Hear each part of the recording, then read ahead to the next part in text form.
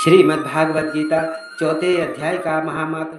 श्री नारायण ने कहा, हे लक्ष्मी, उत्तर देश काश्मीर के सरस्वती क्षेत्र में एक पंडित विद्वान रहता था। वहाँ के राजा का नाम सूर्य वर्मा था। सकल द्वीप के राजा के साथ उसकी बड़ी ही प्रीति थी। एक समय उस राजा ने सकल द्वीप से बड़े कीमती जवाहरात, हीरे, मोती और घोड़े भेजे।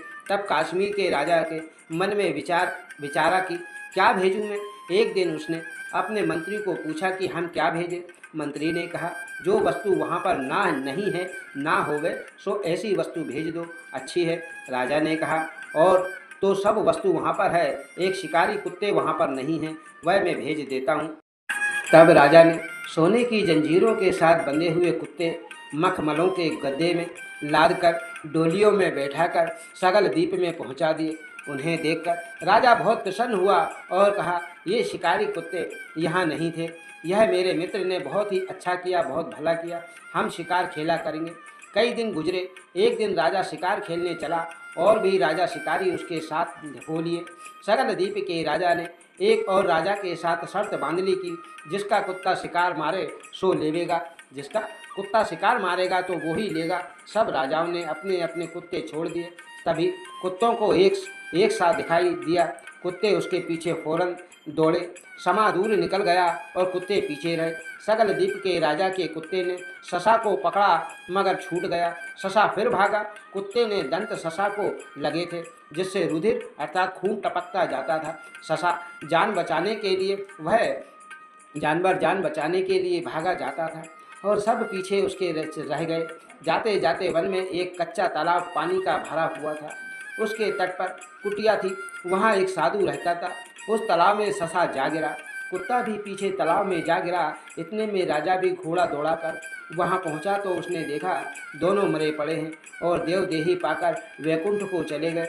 उन्होंने राजा को देखकर धन्यवाद किया और कहा, हे राजन, तू धन्य है, तेरे प्रसाद से हमें देवदेही पाई है। राजा ने पूछा, कैसे?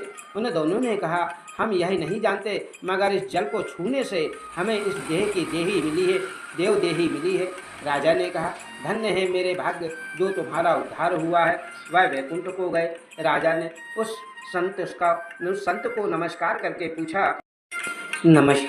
पूछा, हे संत जी, यह वार्ता कहो, यह कैसा अचरज है, यह कैसा कौतुक है। मैंने आश्चर्यजनक देखा, ससा और श्वान मेरा कुत्ता दोनों इस जल के स्पर्श करने से ही उनका उद्धार हो गया। यह जल कैसा है? उस संत ने कहा, हे राजन, मेरा गुरु यहाँ रहता था, जो नित्य स्नान करके गीता जी के 14वें अध्याय का पाठ किया करता था, और मैं भी यहाँ स्नान करके गीता जी का पाठ करता हूँ। राजा ने कहा, धन्य हो संत जी, आपके प्रताप से ऐसी योनि का उद्धार हुआ है। मेरा भी धन्य भाग है जो मुझे आपका दर्शन हुआ। संत ने कहा, राजा, तुम कहाँ के राजा हो?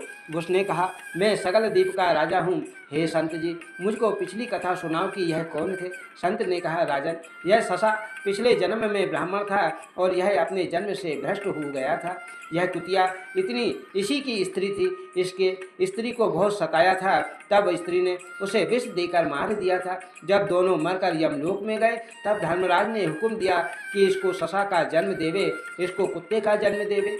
तब इन दोनों ने पुकार की कि महाराज, हमारा उद्धार कब होवेगा? तब धर्मराज ने कहा, जब श्री गीता जी के 14वें अध्याय का पाठ करने वाले संतों के स्नान का जल स्पर्श होगा, तब तुम्हारा उद्धार होवेगा। यह दोनों धर्मराज के वर्ष उद्धार हो गया महाराज।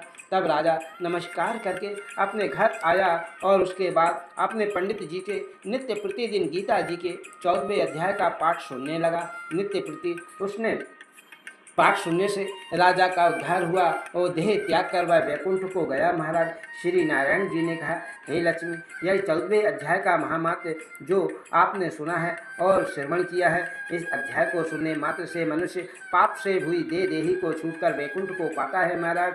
ऐसी सुंदर कथाओं को जानने के लिए इस चैनल को लाइक सब्सक्राइब अवश्य करें।